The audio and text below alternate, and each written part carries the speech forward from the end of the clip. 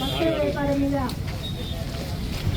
పెద్దలందరికీ పేరు పేరున ధన్యవాదాలు తెలుసుకుంటూ, ఎందుకంటే మన తెలంగాణ ప్రభుత్వం వచ్చినాక మన చిత్తూరు పట్టణంలో ఆకలి సాగులు అనేది లేకుండా పోయినాయి. మరి అదే మళ్ళీ ఇప్పుడు మరి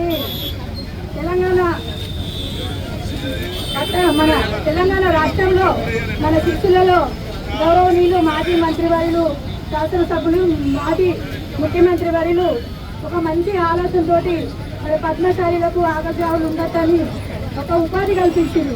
ఆ ఉపాధిని ఇప్పుడున్న ప్రభుత్వం కూడా అదే పూర్తి స్థాయిలో కంటిన్యూ చేస్తే మరి ఇటు కార్మికులు కానీ, ఆటోలు కానీ, సేట్లు కానీ అందరూ చాలా బాగుంటారు. ముఖ్యంగా మనం కార్మికులకు అన్నం పెట్టిన వాళ్ళు అవుతారు.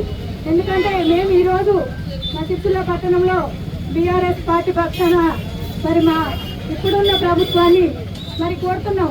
ఎందుకంటే మరి మీరు ఏం పేరు పెట్టి ఇచ్చుకుంటారో అదే పూర్తి స్థాయిలో మరి కార్మికులకు ఉపాధి కల్పించాలని కోరుకుంటూ, మరి ఈరోజు వేదిక మీద కూర్చున్న పెద్దలందరికీ మరి వచ్చిన నాయకులకు అందరికీ మనకు ధన్యవాదాలు తెలుసుకుంటున్నాం.